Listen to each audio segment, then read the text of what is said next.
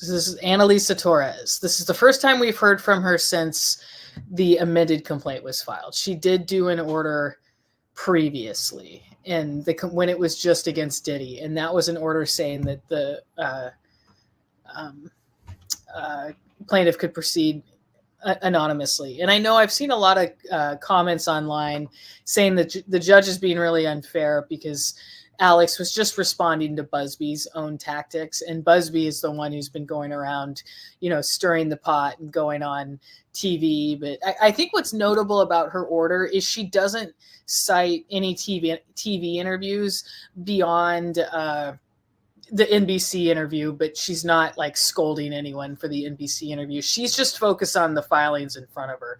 And if you actually look at the filings, all Buzbee has filed is the amended complaint, which obviously that's the problem with Jay-Z. I mean, with Jay-Z and Alex Spiro say that that's the problem and he should be sanctioned for it and everything. But I mean, as far as lawsuits go, especially in this day and age, there's all sorts of stuff getting filed. So all Buzbee has filed in this case is the amended complaint naming Jay-Z, and then he filed a letter responding to some of the stuff that Alex had filed. So Alex is the one who has filed a bunch of stuff asking for kind of unorthodox changes to court rules and that kind of thing. So, I mean, I can see why people are upset that it seems like Alex is just defending Jay-Z and responding to the own kind of like ambulance chasing tactics that he's seen. But in terms of the court, Buzbee has not really filed anything other than like an amended complaint, which those are pretty freaking common. I mean, we see all sorts of crazy lawsuits filed, and then just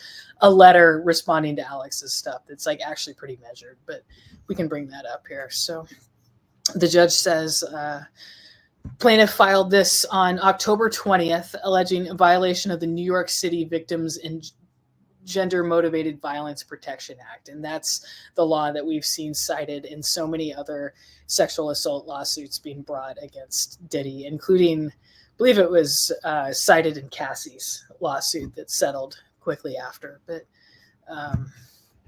says, by order dated November 6, 2024, the court provisionally granted plaintiff's motion to proceed anonymously, explaining that defendants had yet to appear in this matter and that the balance of interest weighing for or against anonymity may shift as her suit continues. On December 8, 2024, plaintiff amended her complaint to add Shawn Carter, known professionally as Jay-Z, as a defendant.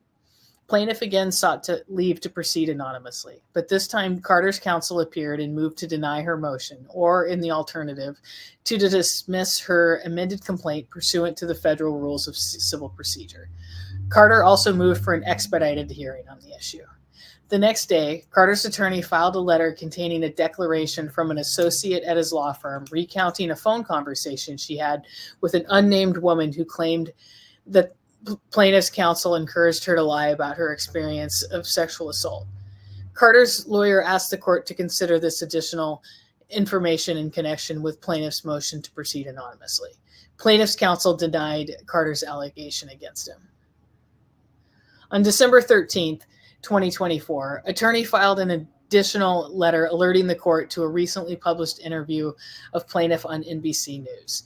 In the interview, plaintiff, speaking anonymously, explained her allegations against defendants and her reason for coming forward now.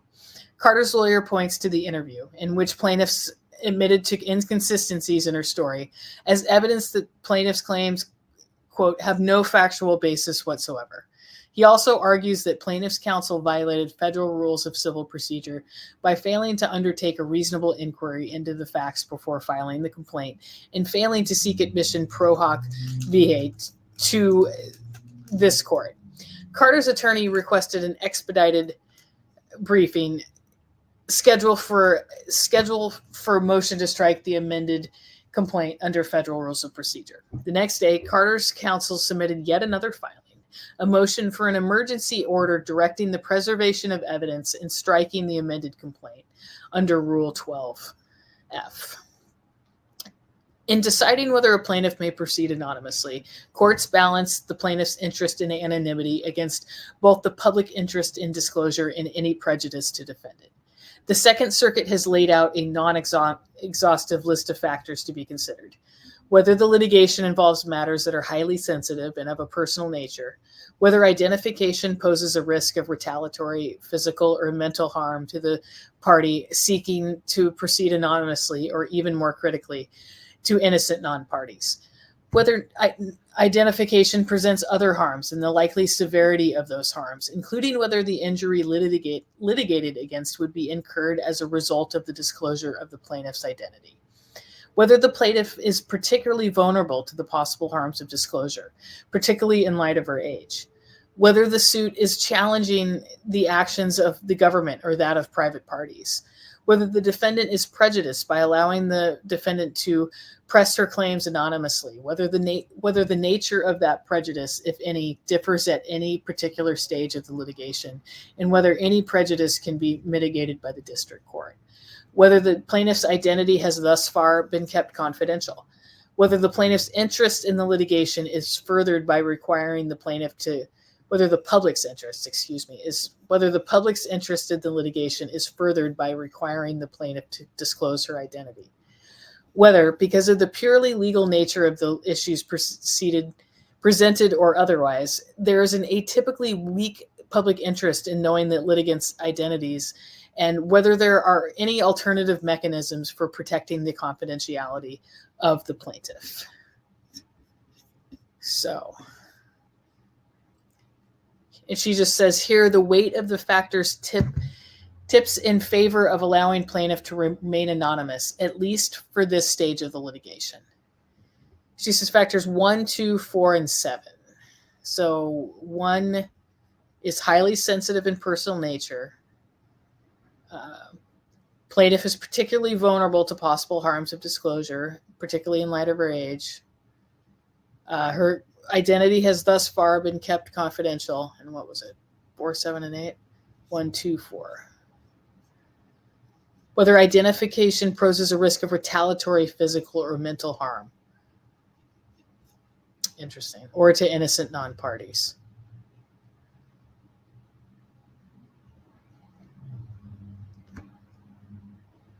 It says in her amended complaint, plaintiff alleges that defendants drugged and raped her when she was only 13. Courts in this district have recognized that allegations concerning sexual assault are highly sensitive and of an extremely personal nature. Plaintiff is extremely vulnerable to the possible harms of disclosure. According to her amended complaint, she continues to experience depression, post-traumatic stress disorder, and a seizure disorder associated with the stress of her sexual assault. Moreover, plaintiff's counsel asserts that many of his other clients who have filed similar lawsuits against Shawn Combs claim to have been threatened by Mr. Combs for their decision to speak out. And finally, although plaintiff sat for an interview with NBC News concerning her case, NBC allowed her to conduct the interview anonymously. Granted, several factors weigh against allowing plaintiff to proceed anonymously. Plaintiff is challenging the actions of private parties, not the government, and given the media attention surrounding this case, the public has a substantial interest in this litigation separate and apart from its general interest in an accused being able to publicly confront an accuser.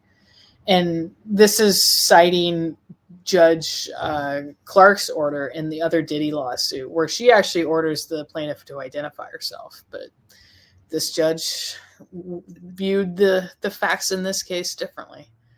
But it says alternative mechanisms may exist to protect confidentiality, namely the redaction and sealing of documents.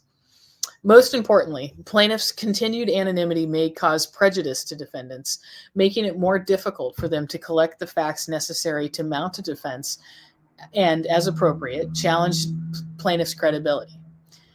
She's quoting from Judge Clark's order in the Diddy case. She says, identifying the, quote, most significant form of prejudice to defendants as the discovery disadvantage that plaintiff's anonymity would present. She said, the court does not take such prejudice lightly. Nevertheless, at this exceedingly early, and that's the thing, it is so early, it was just freaking filed. At this exceedingly early stage in this case, the factors counseling against disclosure outweigh those that counsel in favor. Requiring the plaintiff to, and she's quoting another lawsuit which says requiring the plaintiff to identify herself as the case approached trial.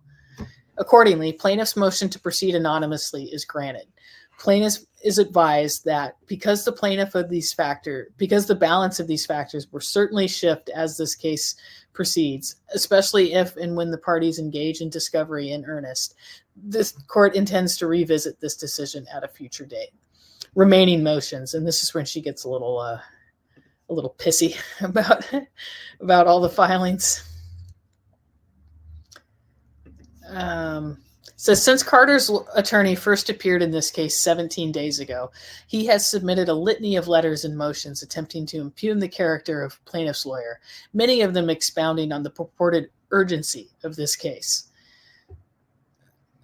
She quotes one describing plaintiff's counsel as self-promoting and accusing him of extortion.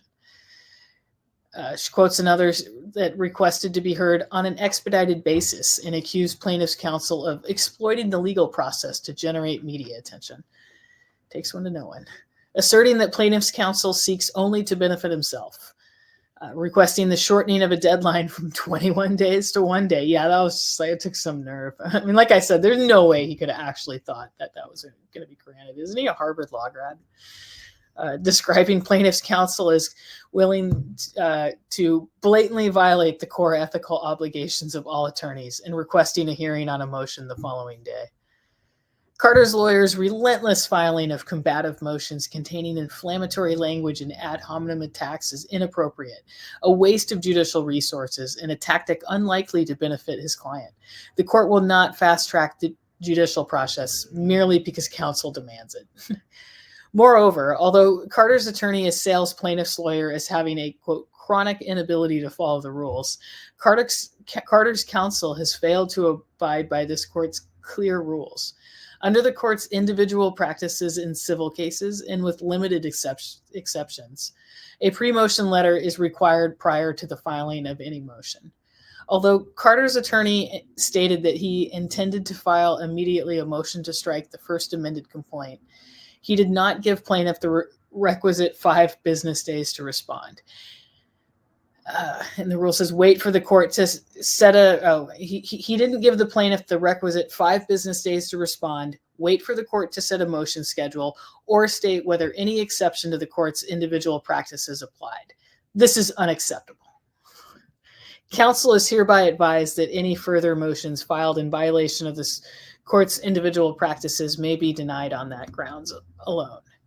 So what does the footnote say? Sometimes the footnotes can be kind of spicy. It says, on the merits, Carter's motion to strike is denied. Motions to strike under Rule 12 are generally disfavored and will be granted only if there is strong reason to do so. Carter's motion, which summarily asserts that plaintiff's claims are baseless and salacious, does not clear that high bar. So yeah, that's good. Yeah, I mean, I just see TJ's comment. Exactly. Weren't these filings mostly for PR? Yeah, no, they were. The only one that I think really had a chance of being passed was his stuff of asking for the plaintiff to identify herself. And he might have kind of screwed himself on that by pissing off the judge with all these other filings, but it's hard to say. She really has pretty wide discretion on that. And while I thought, it favored them identifying herself just with the previous order from Judge Clark and Diddy's case, also the situations have just changed. There's so much more public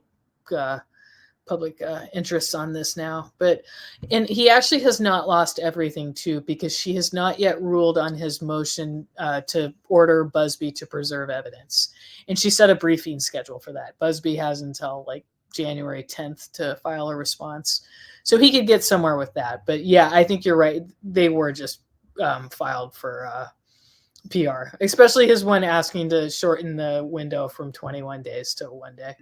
It was like, and then he had filed a few things and she had not responded to anything.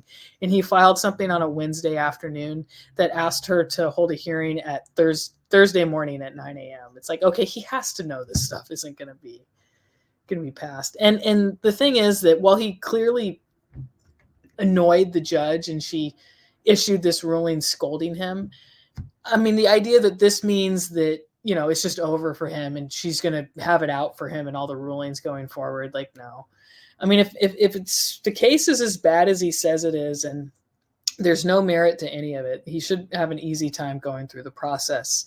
They just have to actually go through the process. But the idea that the judge is going to like hold some grudge against him, you know, but I was kind of thinking it's like in any other workplace, if you did this kind of work product and your supervisor, which I guess the judge arguably is, it's the one that you're trying to like persuade, comes back and tells you like your work is inappropriate and is actually not helping your client, like you'd think there would be some kind of consequence like within the workplace because of this, but there's no way we would ever know. I mean, it's really just between Jay-Z and Alex Spiro and the people who are like the other partners at the law firm. Like as long as Jay-Z's paying his bills, they really don't give a shit.